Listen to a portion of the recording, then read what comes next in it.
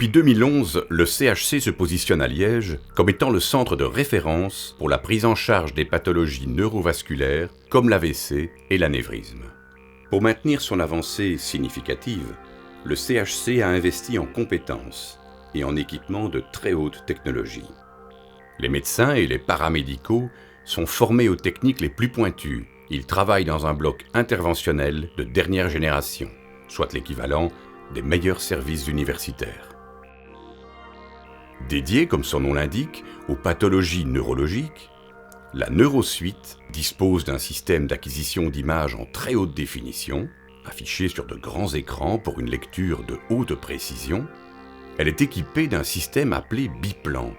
Le grand avantage de cette machine biplan, elle nous permet donc de regarder en temps réel aussi bien la face que le profil au moment de la réalisation du traitement. Ça nous permet de contrôler dans deux plans différents la manière dont on travaille à l'intérieur de l'anévrisme.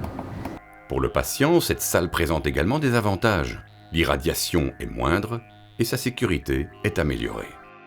En Belgique, on dénombre environ 20 000 accidents vasculaires cérébraux par an, soit plus de 50 par jour. L'AVC est la troisième cause de mortalité, après le cancer et l'infarctus. Il faut faire la distinction entre deux grandes catégories de pathologies. Il s'agit des accidents vasculaires cérébraux, qui sont dus soit à la migration d'un caillot, soit à une hémorragie à l'intérieur du cerveau, et les anévrismes intracrâniens et malformations vasculaires en général intracrâniennes. Ce sont les pathologies qui sont visées, donc les maladies qui sont visées par les neurointerventions, donc réalisées dans le service d'imagerie médicale au CHC. La thrombectomie, c'est une technique qui s'applique aux AVC ischémiques dans certaines conditions. Un AVC, c'est un accident vasculaire cérébral. Ischémique, c'est ce qu'on appelle communément une thrombose, c'est-à-dire qu'un caillot emporté par le flux sanguin est allé s'impacter, se bloquer dans une artère du cerveau. En bloquant cette artère, il va priver le cerveau au-delà de ce blocage de sang et donc d'oxygénation. Les neurones dans ce territoire vont être soumis à une sorte d'apnée et vont pouvoir résister à cette privation d'oxygène pendant un délai limité. Si les médicaments que les neurologues ont administrés ne suffisent pas à faire fondre ce caillot dans un délai relativement court, la technique consiste à essayer d'aller capturer ce caillot dans l'artère et de l'emporter, de le retirer. Pour ce faire, on amène donc un microcathéter, qui est une sorte de petit macaroni, qu'on va amener jusqu'au contact du caillot. On va ensuite traverser le caillot avec un fil fin métallique et on va déployer à l'endroit du caillot un stent. Un stent, c'est donc une sorte de cylindre avec un grillage métallique. Le stent va se déployer à l'endroit du caillot et le caillot va être emprisonné, collé aux mailles du stent. Le stent est relié à un guide souple métallique et on peut le retirer. En retirant le stent va emporter le caillot et il va être retiré du patient. On voit un exemple typique avec un obstacle. Le vaisseau est occlu par un caillot et on n'a pas de visualisation des vaisseaux au-delà de l'obstacle. Après retrait du caillot avec le stent, on voit qu'on a de nouveau une reperméabilisation du vaisseau et on voit de nouveau du contraste qui opacifie tous les vaisseaux au-delà de l'obstacle qu'on voyait précédemment. Cette opération n'est actuellement pas prise en charge par la sécurité sociale. Son financement est aujourd'hui assuré par l'hôpital et n'est pas facturé aux patients.